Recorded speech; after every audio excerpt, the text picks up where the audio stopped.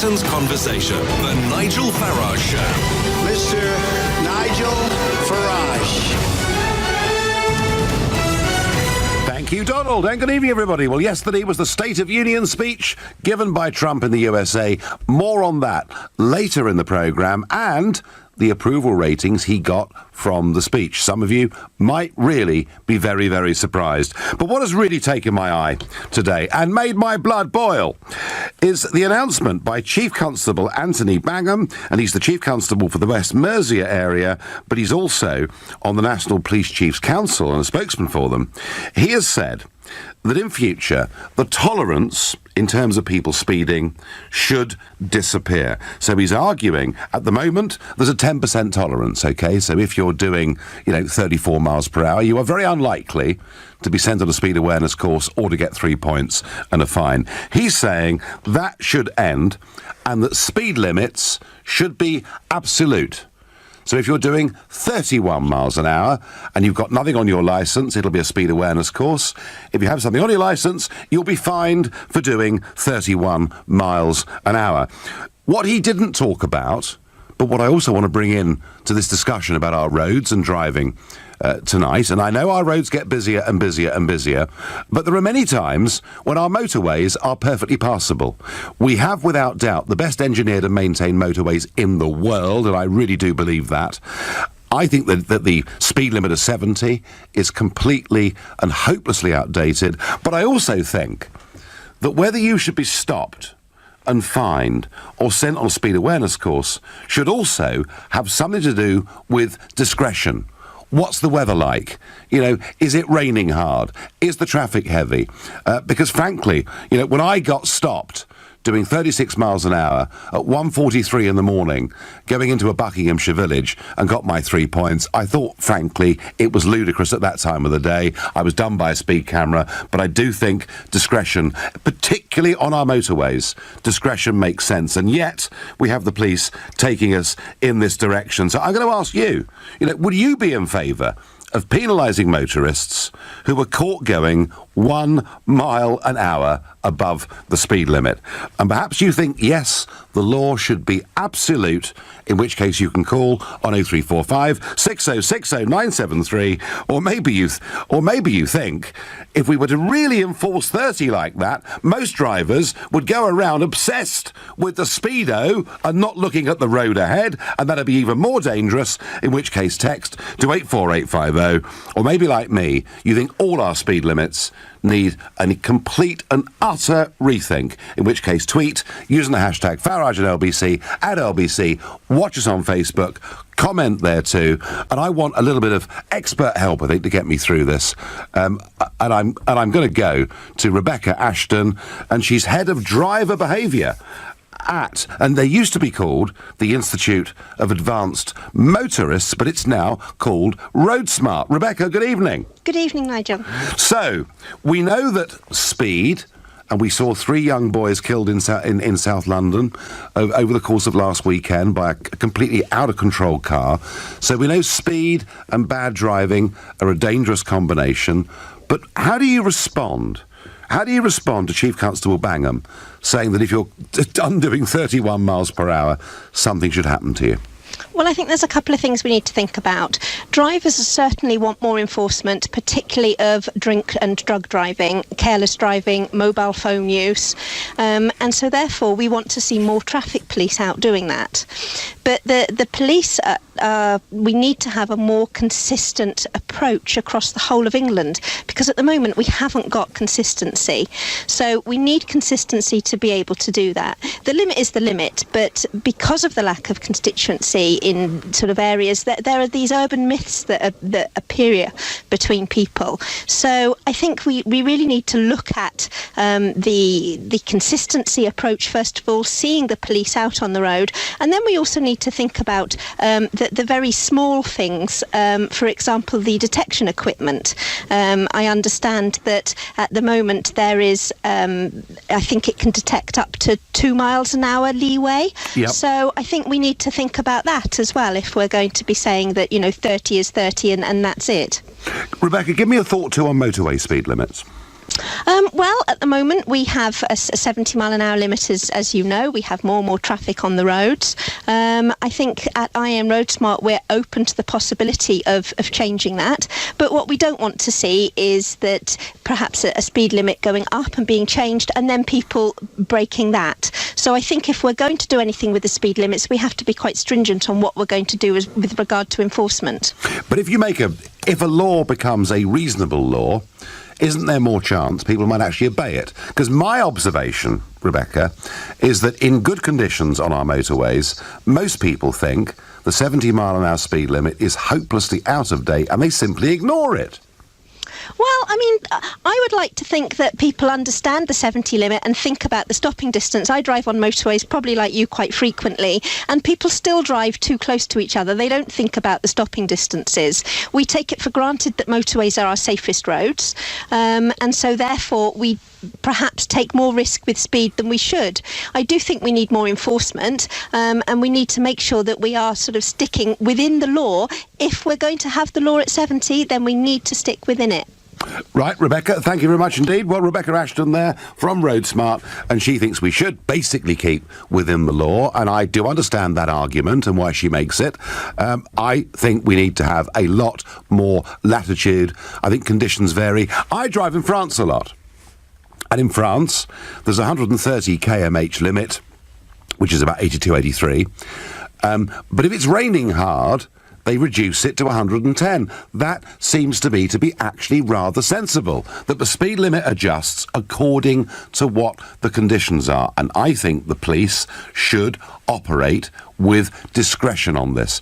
Clearly, if motorways are crammed, if it's busy inside towns, you've got to enforce some kind of limit. But the thought we should all be driving, into London in lit areas, focused on that speedo to make sure we're not doing 31 to the, frankly, pushing aside all the other risks there may be, strikes me as being nuts. That's what I think. What do you think? What does John from Limehouse, a new caller to the show, think? John, good evening.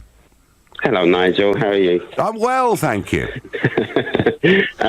Nigel, these speed cameras and speeds. I'm a professional lorry driver. Okay. Transport for London want to bring the speed limits into London 20 miles per hour. I agree. Speed limits, cameras are placed in areas of danger for a reason, to capture people who are speeding. Now, you can drive your car at 18 miles per hour. If you impact a child at 18 miles per hour, you can kill that child with internal injuries. Well, then why not ban... Well, John, why not ban cars completely then in London? There's no point in banning cars. Well, then... I've always said that for years, but... So at what speed, John, at what speed would impacting a child cause no problem at all? No, there isn't. There's no... Well, there we are. Impacting the child at 18 miles per hour will kill a child with internal injuries. Now, cameras set up around London, I strongly believe that there should be more cameras and there shouldn't be any warning signs when you're approaching a camera. Right, so we're driving along, there's no warning sign, we see the camera at the last minute and we slam our foot on the brakes. Is that good for road safety? No, of course it isn't, because if somebody keeps their safe distance behind you, then they're not going to pay a shin to the back of you. But, if you're caught speeding with the camera, then, you've broken the law. It's pretty simple, really, isn't it? So, John, you really think that a 20 mph limit within our city makes sense? Well, Nigel, I can get on a push bike, and at the busiest time of during the peak period of London traffic, I can go on a push bike from, say, Canary Wharf. I can get to Heathrow Airport faster than a car on a push bike. In a busy time, yes. Yes. Everybody knows this, right? So if people keep to a sensible speed, Transport for London has studied this for a lot of years now. Well, they want to bring the speed limits down to 20 miles per hour. I'm quite suspicious of experts, John, I've got to tell you, but rather like Michael Gove. But John, okay, If the argument is that around school time or whatever it is, we need to reduce speed because there's a genuine risk to kids running about roads and all. Do you know what? I'm happy to buy into that. What I'm not happy to buy into is that at 2 o'clock in the morning, driving into London, we should observe a 20-mile-an-hour limit. Yeah, but Nigel, London is a busy place. We all know it is. You know it is. Central London, 24 hours a day is busy. You know, all of these Uber drivers, for example, they're picking up fares every day and every night of the week. People are wandering the streets of London 24 hours a day. It doesn't make any sense to bring in times. Oh, by the way, my wife is a big fan of yours. Okay, very good. We'll give her my love. John, I just don't agree with you. I think the law needs to have discretion. I think the French motorways point a sensible way forward on this. As I say, they have well, as you well know as a lorry driver, you know, for cars, it's 130 km/h in reasonable conditions. It's 110 when it's wet or icy and dangerous.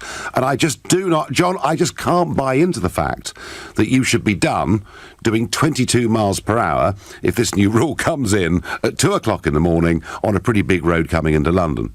How else are people going to learn? You can do these speed awareness courses, all right? I've done one, Yeah, I've done one myself, all right? But at the end of the day, people will still get in their cars and, you know, perhaps, you know, through lack of concentration, they're still going to speed. Or some people will be stupid enough to carry on with the same old habits they had in the first place and continue speeding. And John, lastly, can I ask you, as somebody that does a lot of miles, how many miles a year do you drive? Oh, bless me. I don't know, maybe 3,000 kilometres a week. Okay, that's a lot of driving. Yeah, it is. Yeah, it's a lot. So in English, that's about 2,000 miles, isn't it? I mean, it's a lot of driving. Yeah. And you obviously spend a lot of time on the motorways. Do you think the 70 mph limit makes sense in the modern day? For cars, no, I really don't. But with speed limits on motorways, I think there should be more training made available for car drivers. Because there's none, is there? Well, I mean, I'm speaking as a lorry driver. Yeah. I drive my car on the motorways, of course, as well. Yeah. But there should be more training for motorways. Motorways are the safest roads in the country. Yes, stats prove that. That's right. Yeah. But yeah, there should be more training made available to them. John, I thank you for calling. And John says more flexibility for cars on motorways. He actually believes the speed limit in central London and big cities should come down to 24 hours a day. I fundamentally disagree with him, but we had a polite conversation. You're listening to The Nigel Farage Show. Exclusive in LBC. It's now 7:16. Well, as a police chief constable says, all tolerance should end. Anybody caught doing 31 miles per hour should be in for a penalty of some kind. I'm asking you whether you think that is right. And the concept of 20 mph zones in town centres has come up already. Darren on Facebook says 20 mph in town centres makes good sense. Hugh says fining people for doing 1 mile over the limit is crazy. In Edinburgh, there are 20 mph limits all over, and it's a complete joke. Much of the city's come to a halt, and pollution levels are skyrocketing. All you're doing is looking at the speedo instead of looking at the road. Hugh, absolutely the point that I'm making, which strikes me is very much more dangerous. Now, Brighton and Hove in East Sussex, the first Green Council in this country, they introduced a 20 mph zone within Brighton, not just during the busy times of the day, but during the night as well. And it actually reached the point of farce where the Sussex police decided they simply weren't going to enforce the bylaw that had been brought in. And I'm going to go and make this argument again, that I think rules and laws like this need to be exercised with discretion. The police should use discretion. The law is the law, you may argue. I would think we need a bit more flexibility from it. That's how I feel about this. Ellie is a new caller from Croydon. Good evening, Ellie. Hi, Nigel. So, if you're doing 31, Ellie, tomorrow morning, should you be stopped? No, I agree with the vast majority of what you said. I mean, I often question the accuracy of my own speedo, let alone the accuracy of the equipment they've got measuring my speed. I mean, we've got we've got a few on the way to where I live. We've got a few cameras set up at the moment that are monitoring speed for potential speed cameras to be put in. So that flashes up whatever speed you're doing. I know on my speedo, yes, I'll be speeding. It will be a 30. I'll be doing 40. Hands up, I'm awful for it. But then the camera will register that I'm doing 34. So am I doing 34? Am I doing 40? Well, if that can't even give me an accurate speed, how can the police? Well, Ellie, I think you'll find that most manufacturers agree that their speedos are accurate to within 7%. All right? And my argument is, Ellie, if on that road where you naughty woman, are driving at 40, because it's 3:30 in the morning, and apart from the odd fox, there's nobody out there, which is why this law needs discretion. But the point is, if the limit was 30, you would be looking at your blooming speedo. Yeah, absolutely. And for every moment feeling resentful at how ridiculous this law was. Oh, completely, absolutely. Like there's nothing worse at the moment being on a 40 road with somebody going slowly in front of you. That kind of makes you that's a really annoying situation to be in. And I think slow drivers are really dangerous. Ellie, you and I are in exactly the same camp on this. Whether we're a minority or majority, I don't know. But I'm like you. I want to get on with life. How do you get on with motorways? Do you drive much on motorways? I drive a lot on the motorways. I completely agree with you. There needs to be more leeway and flexibility with it. I mean, I personally like what you said about France. I think they've got a really good idea. But at the same time, like Germany, on their autobahn, no speed limits, hardly any accidents.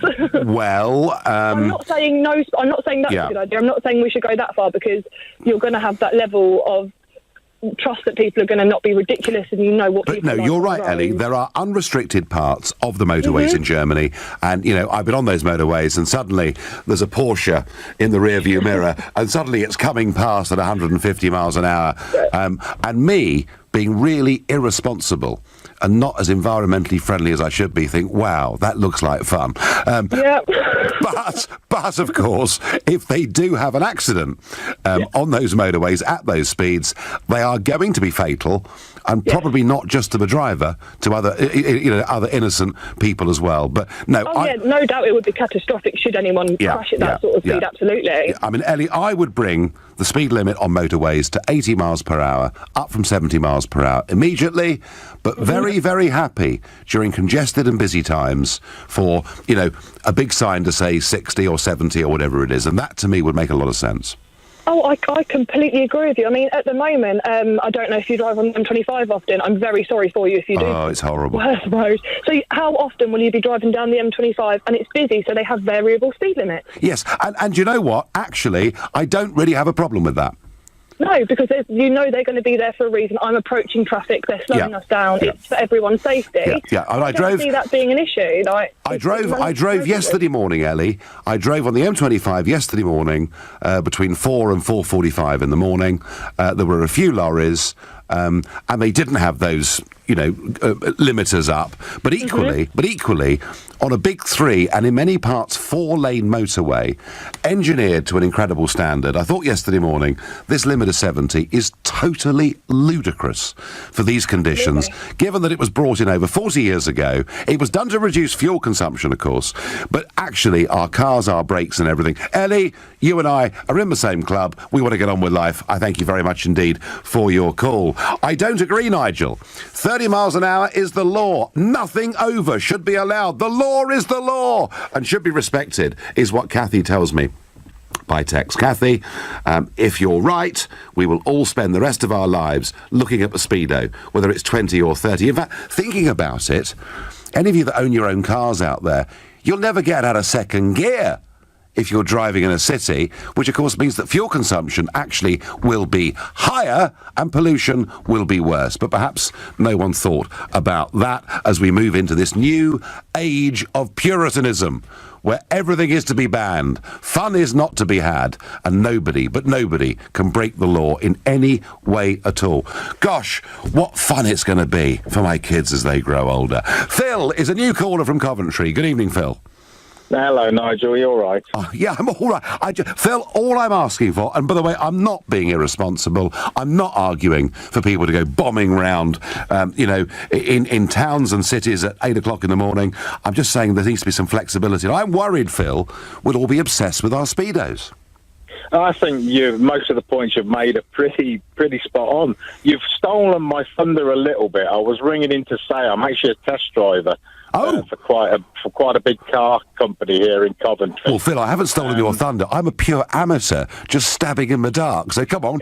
You stole my thunder. Come on. You as an expert, the listeners will ignore everything I've said, as they generally do, and they're going to listen to you as an expert.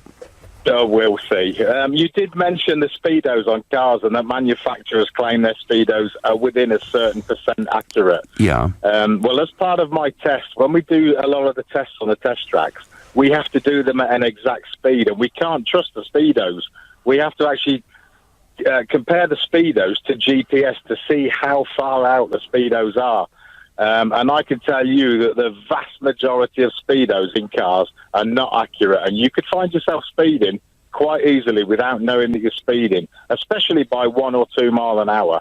So to say that you should be done for doing 1 or 2 mile an hour over the limit is just ridiculous. Even if you just change the height of your seat in your car, that changes your angle at how you're looking at the speedo, and it could look like a different speed to someone who's a bit shorter sat in the same car. Yeah.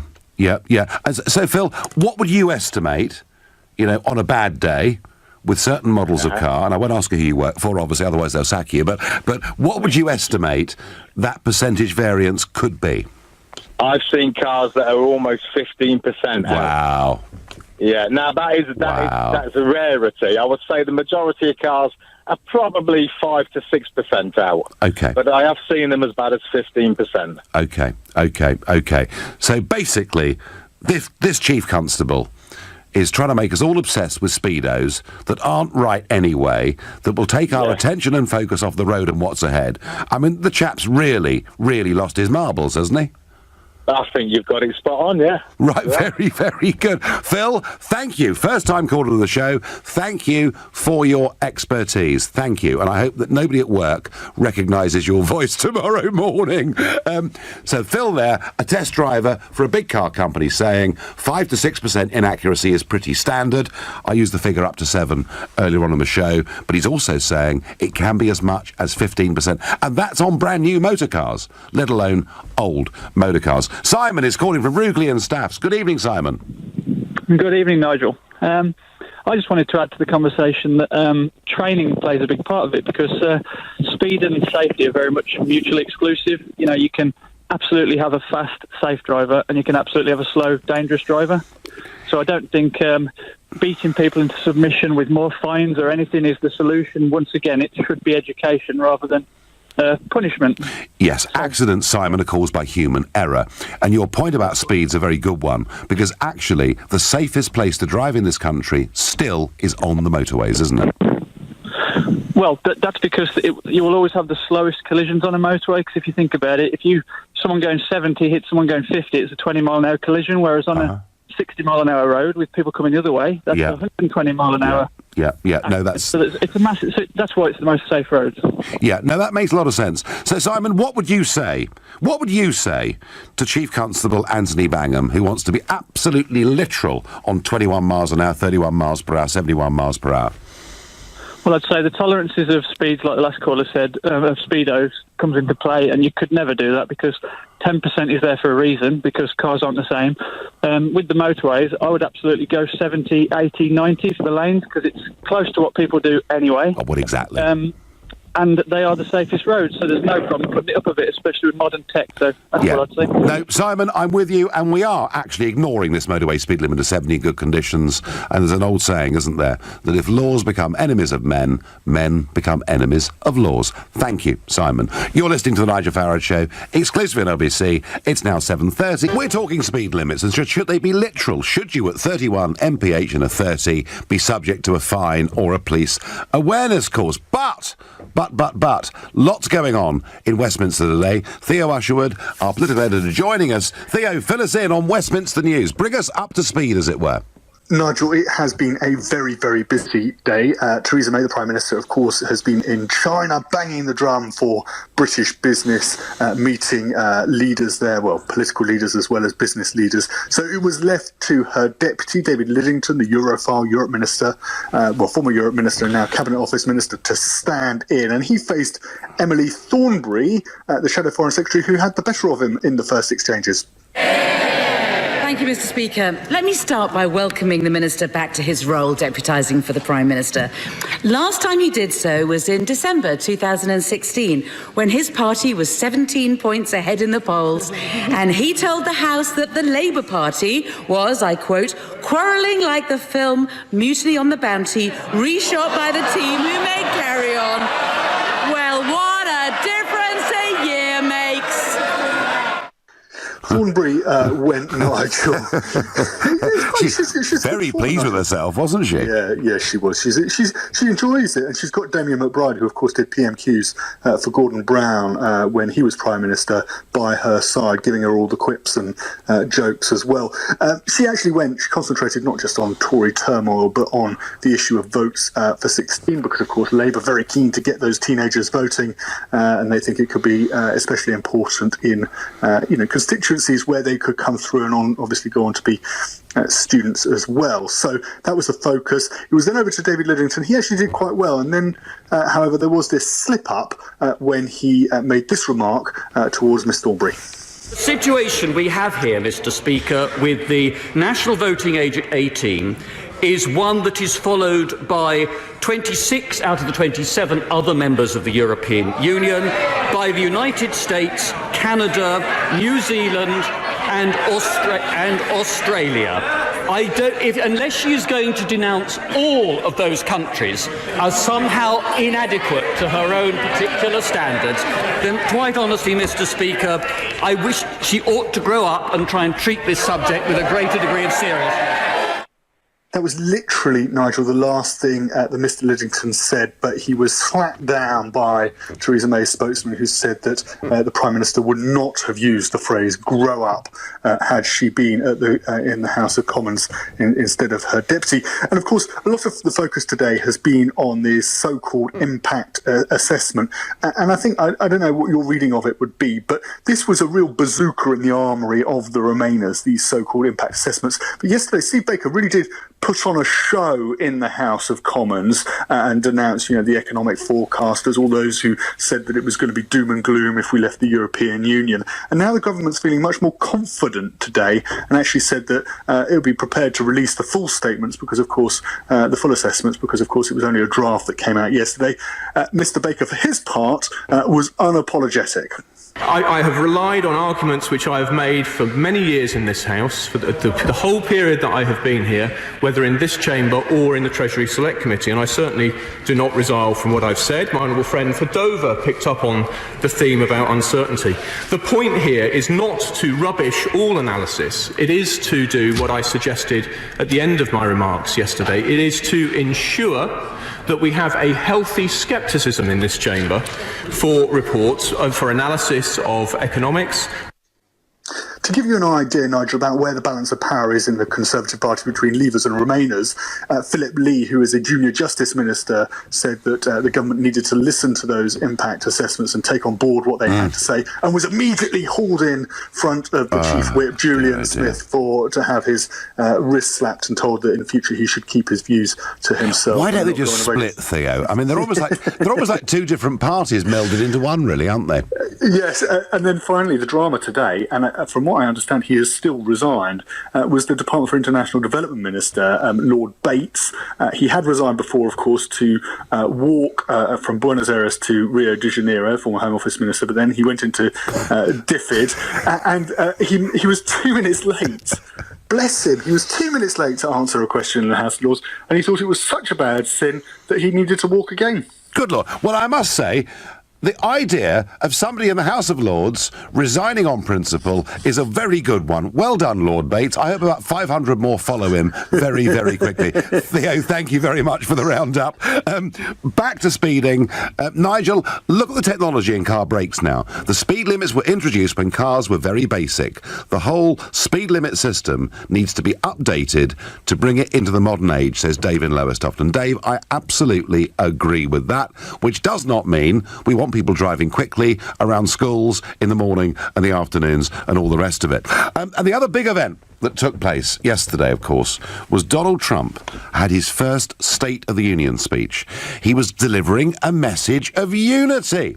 A speech that lasted an astonishing 1 hour and 20 minutes. The president, of course, took credit for a growing economy, but his ultimate message was to bring America together.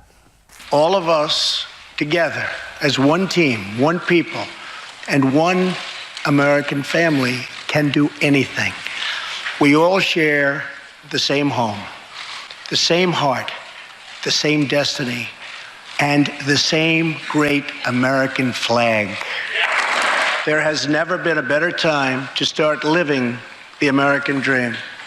So to every citizen watching at home tonight, no matter where you've been or where you've come from, this is your time. If you work hard, if you believe in yourself, if you believe in America, then you can dream anything. You can be anything. And together, we can achieve absolutely anything.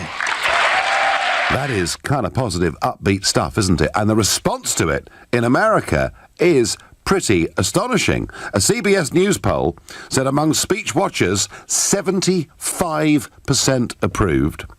And asked whether the policies that had been heard will help you, 54% said yes. Only 14% thought Trump's policies would hurt them. The rest didn't know. So suddenly, this president, who has had to endure a lot of abuse, suddenly he's breaking into new territory. And I have had the feeling all the way through that there was a lot more to Trump than maybe what people first saw on the surface. And you may well say to me, Nigel, how on earth can he, of all people, speak in a way about bringing people together? But you know what? He's doing it, and the polls say people really, really like it. Kim is calling me from Herne Bay in Kent. She's a new caller to the show. So, Kim, do you ever drive at more than 30 miles per hour in a 30? Nigel, I'm going to get beaten up here, I know, tremendously, but I've got to have a go at trying to get you to change your view. Go on, then. You are asking turkeys to vote for Christmas, Nigel, with this. Right, well, I'm quite good at that, but go on. Nobody in the world is going to want this policy to be implemented. But I've got to say to you, Nigel, you mentioned about the policy on the French roads. It only applies to the motorways, whereby rainy weather and good weather, there's a variance in them. We have that in the UK in the sense that variable speed limits. I must be the only driver on the road at times that is complying with these things.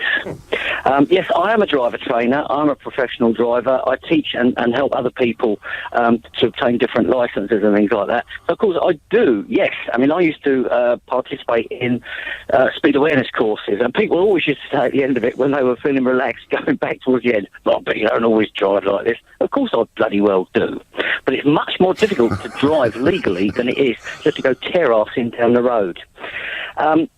You're talking about cars. You've emphasised this issue of cars at 2 o'clock in the morning in a 30 zone. Absolutely, Kim. Fine. We can't implement what we're doing. How do we implement all these various things you're suggesting? Because I would introduce another thing. What about the guys in the lorries? What about the people with the big tow vehicles and big trailers on the back? The implications of exceeding 30 miles an hour in a small car are one thing, but what about if you're in a HGV, a bus, a coach? Well, Kim, this debate is about cars. I haven't got into the technicalities of HGVs or... No. But it embraces it, which is why the authorities are talking about it. It's a limit. Kim, everybody. Kim, you've come on LBC to get me to change my point of view, because you think I'm just an irresponsible, outdated dinosaur. Okay, fine. Convince me convince me that when I'm driving, I mean, OK, very close to you is the Thanet Way, right? A very, very good, modern, dual carriageway, built to incredibly high engineering standards. I'm sure with that you would agree. Why on earth, if I'm driving down there at 2 o'clock in the morning and there's literally nothing on the road, should I stick to 70 miles an hour or 60 miles an hour, depending which bit I'm on? Because we are not Terminators, Nigel. Our mind wanders. And we do not concentrate on the road sufficiently. Things build up in front of us and we react. We are not proactive. And whether you are driving at 2 o'clock in the morning, then you have all the other things about, I'm not scientific about these things, about the body clock and the lows and highs with your cycle and so forth. But hang on, Kim. You'll ban me driving at night next. You'll ban me driving at night next. No, not at all. People work. Look at the lorry drivers. But they're regulated in the sense that they have a tachograph in there to sort of watch what they're doing with their speed, although you have to ask yourself, and you know, Kent, you see people going in these big trucks at enormous speeds, well in excess of the speed limit, so you have to ask how much that's enforced.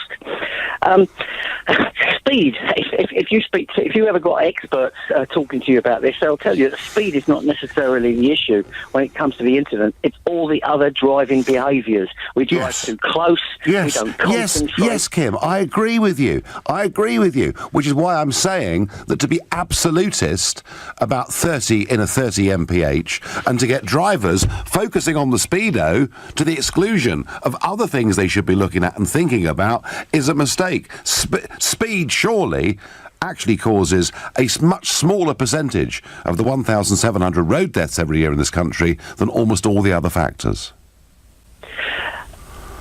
I work with people and I cannot believe the response I get from people when I highlight the fact that they're in excess of the speed limit. What does it matter?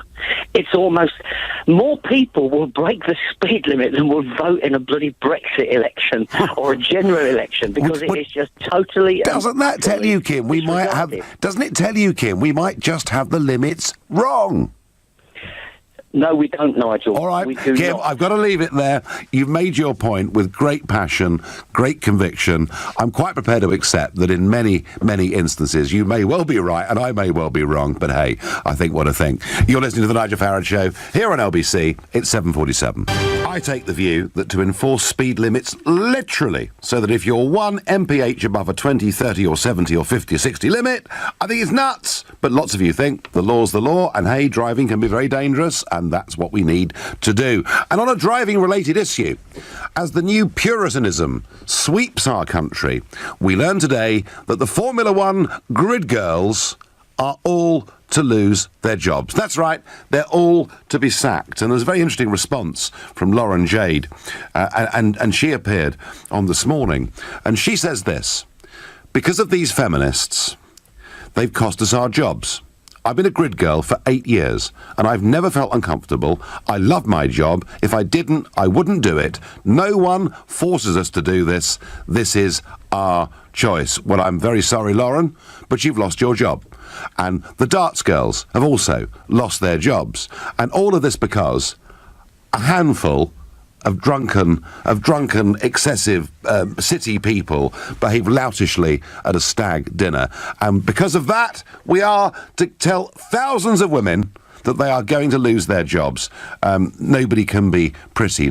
No doubt pretty women will be banned from adverts in future, and Oliver Cromwell will be back in charge of the country. It is madness in my view. But back to speed limits and how they should be applied. Lucy is a new caller from Redditch in Worcestershire. Lucy, good evening. Hi, my brother was actually killed by a speeding driver in a hit and run 3 years ago. Was he a pedestrian or a driver? Or he was a pedestrian. The driver was speeding really excessively at 93 miles an hour in a 40 mile an hour zone. Oh gosh. But sort of giving out the message that going at 1 or 2 miles over is okay actually undermines the fact that speeding is illegal. You know, 30 miles is the limit because That's what a life can be saved at. If you're hit at 30 miles, you've got a good chance of surviving. As soon as you start creeping up even a mile or two, it gets harder, and it just undermines the message. You know, we're so kind of lackadaisical about speeding in this country. It's not seen as an offence, and it is. It takes lives. It destroyed my family. Well, Lucy, that's an horrendous story, but clearly somebody doing 93 miles per hour in a 40, we're talking about a whole different thing here. In today's society, we all want to get somewhere fast, and we're not sort of caring for others. You know, a mile or two, just slow down, think about other people using the road. If it takes you 5 minutes longer on the journey, does it really matter if people are safe? Let me give you, Lucy, and you know, what happened to your brother was, I mean, clearly criminal, appalling, awful behaviour, and I'm very, very sorry. But let me give you a counter-argument in terms of safety. I was hit by a car. I was hit by a car in November 1985. It was a wet, rainy night. It was a Pelican crossing. I maybe had crossed a little later than I should with the bleep, and a car was coming up the road. I was wearing a dark overcoat. The car didn't see me. I was hit. They think the car was doing about 28 to 30 miles per hour. I was in hospital for 4 months. Very, very lucky to survive. Lucy, my point is that was a 30 mph road, albeit with that crossing. If drivers on that road were so obsessed with looking at their speedo that they weren't looking for pedestrians going across the road, I worry that obsessing with the speedo, because we enforce this limit literally, will mean more people get hit, Lucy. I don't go over the speed limit, and I don't look at my speedometer all the time. I don't know why people act like it's so difficult to How would you know, stay Lucy? within the speed limit. Because, you know, I've never ever been fined, I've never been caught, I've never had a problem. It's, you know, 30 miles is the upper limit. Just stay within it. Why is it so hard? Why does everybody act like, oh my God, you're asking the world of me just to obey the law? You know, if it was your loved one that was killed, it would be very different. Lucy, I understand that argument, but your loved one wasn't killed by somebody doing 36 and a 30. Your loved one was killed by somebody who was criminal. Because those few miles can make the difference. So would you... you survived your accident. I was lucky. I was very lucky. Yeah. 5 or 10 miles more. Yeah. No. You might not have. No, Lucy, I do know that. I understand that. I'm very fortunate to have, you know, I still suffer from it every single day, but I got through it. I'm alive. And I was very, very fortunate. Would you, Lucy, approve, and many other callers and texters tonight would you approve of bringing a limit down to 20 in built-up areas? Certainly in certain areas, yeah. I mean, in certain you areas. see it now around schools and so on at certain times. That's sensible. But I think that there's a massive debate here on how we look at speeding as a crime. You know, sentencing on it isn't tough enough. Sentencing on death by dangerous driving isn't tough enough. But that's a different thing, Lucy, isn't it? That is a different thing. The whole view in society to when you get in a car and how you drive and what speed you go at, we just don't take it seriously enough, full stop. OK, Lucy, thank you for coming on and telling us your very sad story. Gary from Dartford is very cynical. He says, this is a move to raise more revenue from motorists. Well, that wouldn't surprise me at all. Why not look abroad? Nowhere else in Europe are there so many speed cameras as in the UK.